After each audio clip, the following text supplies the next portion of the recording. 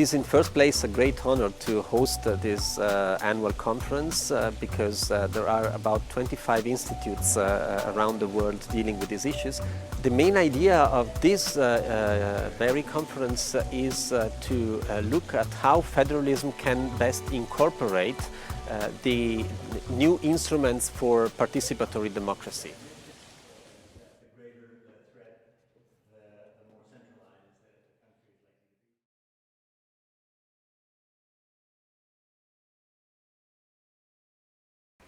The question is, how can federalism provide answers to complex government issues? And I think that the answer lies in the very complexity of government itself.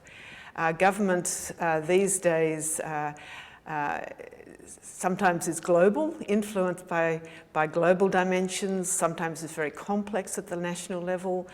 People are feeling a little disenfranchised, a bit separate from government. And very often solutions need to be tailored to local communities. Furthermore, local communities sometimes have a great deal to contribute to national and global policy frameworks. So I think federalism, with its multi-level approaches, using multi-level in a very general sense, is a very sensible way of governing in this complex world that we live in.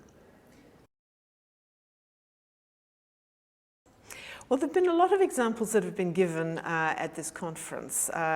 Examples to do with education, to do with experimentation in cultural and social areas. Some of the more exotic examples that have been given have been in relation to same-sex marriage, for example.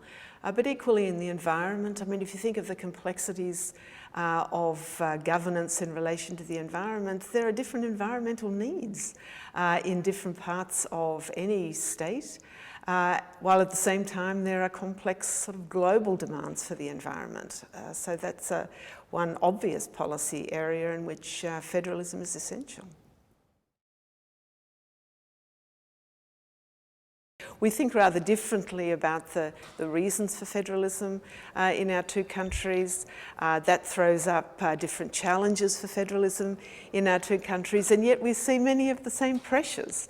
Pressures for centralisation, arguments that globalisation must inevitably make decisions rise to the top, and the same sort of democratic pressures to stop that happening and to ensure that as far as possible decisions are made at the local level where representatives can be responsive to citizens.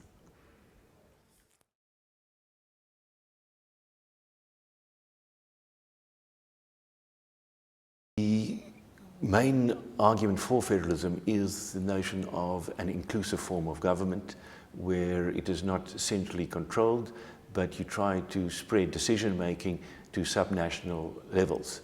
Through that, you can get a great more inclusion of groups in decision-making, as well as giving the general population a sense that their voice is heard. Often it's heard much clearer at a local and regional level rather than at the centre. The challenges are for federalism in Africa is that you have to have the conditions necessary for federalism to operate. The first condition, of course, is democracy. And democracy going with that is tolerance. You must allow persons who may disagree with you on political grounds to govern at a subnational level, different from that at centre level. And once that basic democratic right is realized, there must be a tolerance of decisions that the centre may not agree with. The second condition is that a system of federalism is very much based in law. The rule of law, there's a division of powers and functions, how taxes are collected and distributed, and you need a strong system of rule of law, and often in some countries that is lacking in Africa.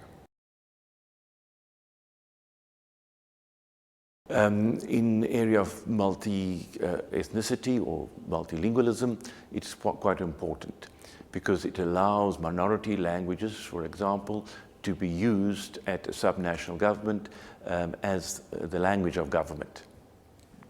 While it's not possible to do that at a national level, where there are a number of languages in a particular country. For example, in South Africa, we've got 11 official languages. That is not possible for any person to speak all of them. But at a provincial level and even at a local level, you can have 3 languages particular to that region, which can then be used much more effectively by the people of that community.